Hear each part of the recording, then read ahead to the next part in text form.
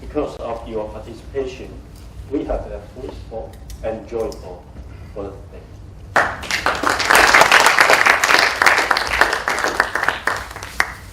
I would also like to thank our guests from Taiwan Agricultural Research Institute and the universities for your attendance and the interaction with our scientists.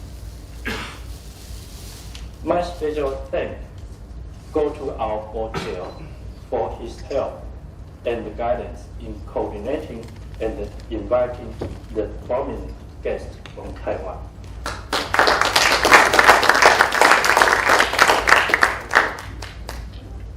Definitely, my thanks also go to the President of the Republic of China, Taiwan, Dr. Ma Ying-jeou, for his positive response to our invitation and designating the Vice President Wu Dengyi to give us a congratulatory speech.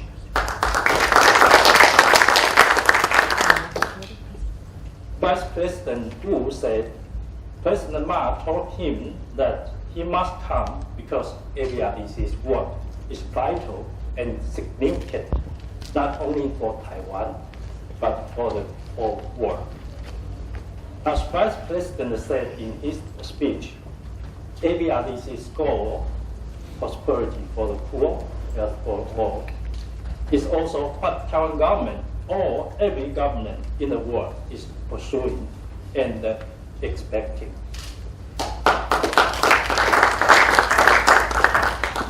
I also want to thank the Ministry of Foreign Affairs and the Council of Agriculture of the Republic of China, Taiwan, for their deputy ministers' attendance to honor our anniversary and more fast funding support.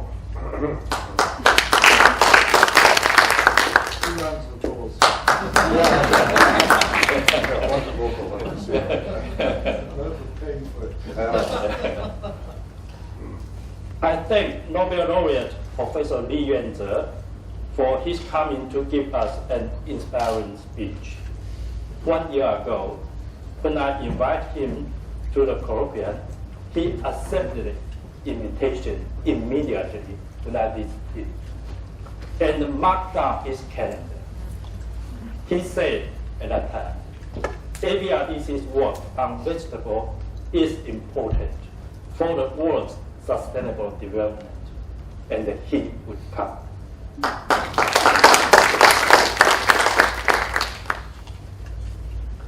Last but not least, I would like to also thank the organizing committee for their diligent work for the preparation of this event, especially Jackie Hughes, who takes the lead of the scientific displays and the colloquium, this colloquium. Special thanks definitely go to Dino for his full support and confidence in the organizing committee.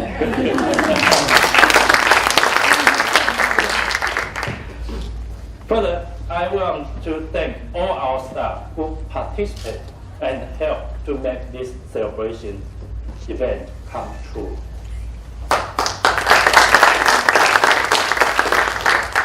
Now, let's welcome our co-vice chair and the chair of the ExCom committee, Dr. David Sammons, to give us the closing remark. David, please.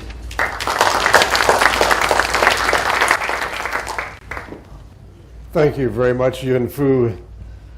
I am wired for action here. I have 2 microphones. If anybody moves, it may electrocute me. So, I've been given a daunting challenge in some ways. That is to take a look at a packed 2-day agenda of this symposium and try to draw some concluding remarks. And as I was thinking about this, it reminded me of something that happened to me about 20 years ago in Kenya, interestingly enough. I was there for a farming systems conference. You remember farming systems, the old days of farming systems? There was a conference at Edgerton College up in the interior of Kenya.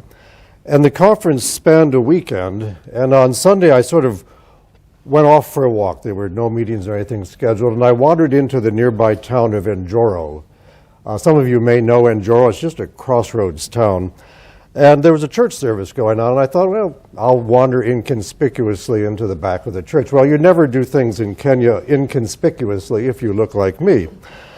And I sat in the back, and almost immediately the pastor, who was in a very animated sermon presenting mode, stopped and signaled to someone in the back of the room to come forward. And I learned later this person was the high school English teacher. And he was being asked to translate from Kiswahili into English for my benefit, which of course immediately trapped me in the church for this 45-minute presentation. So the pastor resumed his speech, and he went on for 6-8 minutes without pause, and I thought this is going to be a tough challenge for this translator. And then he stopped, and the high school teacher stepped to the middle of the room, and he says, "The preacher man says, we are all sinners," and he sat down. And the pastor continued for another 6 or 8 and 10 minutes and paused, and the high school teacher got up and he went to the middle of the room and he says, "Now the preacher man says, we've been sinning for a long time." And he sat down. And the preacher continued and again stopped, and the translator got up and he said, "Now the preacher man says it's not a good thing to sin." And he sat down. And then he wrapped up the sermon, and the translator got up and he said, "Now the preacher man said, go out and sin no more." End of story. So 45 minutes, 4 sentences, well done. I'm not that gifted, certainly with the skill to summarize something that was such a remarkable 2 days. But I wanted to give you some of my summary thoughts, sort of as takeaways from what's been a remarkable 40th Anniversary Celebratory Colloquium. It's been a remarkable event. And I think we might go back to yesterday morning and Professor Lee, who has been repeatedly mentioned, and reflect on the fact that he said it all started with sunlight. Life started with sunlight. That's where we began the human journey.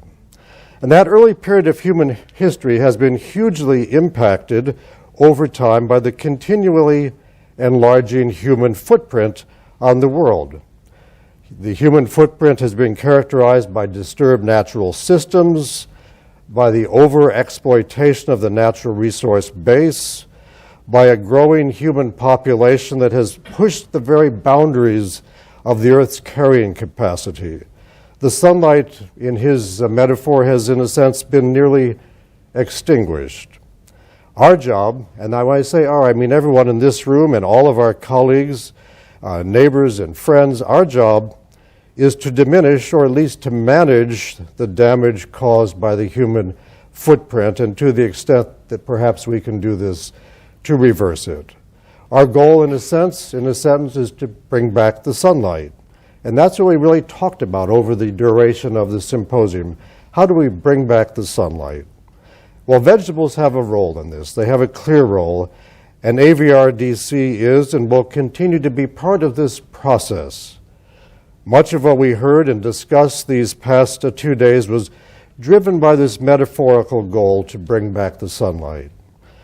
Of interest to me, as I reviewed my notes over the past several hours, and if you saw me disappear and not make it to the tour, I was sitting there trying to sort of summarize and assimilate all that I had in stacks of notes. I reviewed my notes, and there's a series of what I see as recurring issues and themes that sort of punctuated our discussion. And those themes frequently occurred in pairs. 2 different pieces of the particular issue or concern, suggesting, in a sense, the need for balance to bring back that elusive sunlight. Now, I'm going to talk about some of these paired sort of observations, and I want to make the point that these pairs are not either or, but rather both and. They have to do with balance. That's the challenge that we confront. Now, I know this all sounds sort of mysterious, so let me give you some examples. We started off, and this was the discussion that I actually chaired, we talked about production, food security, and nutrition, nutritional security. Paired images, production, nutrition. That's part of our mantra here for the center itself. Our strategic plan has two pieces to it, production and health, right? So we have these sort of paired images. How do we balance these two? Another example, and I think Victoria, you pointed this out during the discussion, we want to, as researchers, create knowledge, that is new discoveries, but we also want to apply knowledge, to deliver knowledge. So we have creation and delivery, that pairing of activities that define and drive our science. The name AVRDC, the initials R&D, research and development. Again, there are paired partnerships here, paired images that inform what we are all about. This morning we heard about livelihoods and landscapes. And again, we're talking about meeting human needs and meeting natural resources needs, livelihoods and landscapes, and balancing the two in some appropriate sort of way. One of my favorites was someone stood up and said, farmers are more interested in incomes than in outcomes. And yet we're interested in both. Of course, incomes have to do with well-being, with prosperity, but outcomes really have to do with shared equity of benefits across populations and measuring the performance and the impact of the work that we do. So we have incomes and outcomes. We talked about family consumption of what is being produced, and we also talked about marketing production coming out of horticultural enterprises. So here we have local consumption, and we have consumption by large populations. Analogous to this, we talked about fresh markets, and we talked about processed horticultural products. Again, sort of paired issues that drive horticultural science. We talked about small farm, household-oriented enterprises, and we also talked about market-oriented enterprises. Both important, both driving what we do, both of concern to this symposium. Jackie talked about global vegetables, tomatoes, eggplants, things like that, and indigenous vegetables. Both of them central to our mission as a center. Again, this sort of pairing of notions. We talked at one point about the difficulties that we are encountering with an aging farming population, and then Sophia jumped into the conversation and said, well, in Tanzania, we've got young farmers, young entrepreneurs coming into the mix.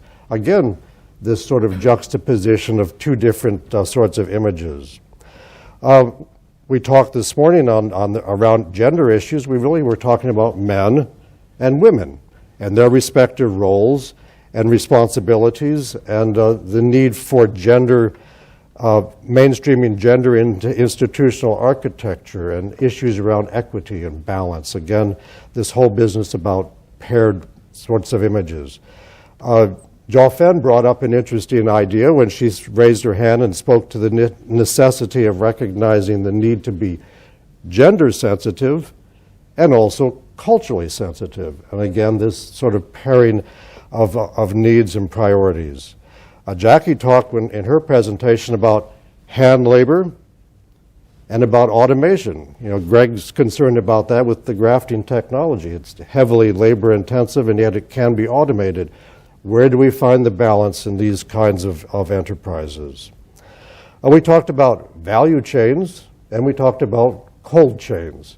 Well, cold chains, of course, make value chains more productive. Again, we have these sorts of paired notions and so forth. So I think that's important to recognize again. Emmy brought up the notion of organic systems and conventional systems of horticultural production. Again, what is the balance? What is appropriate? How does that support the mission of the institution? And of course, the keynote lecture this morning was all about fruits and vegetables. Okay, again, that pair, fruits and vegetables.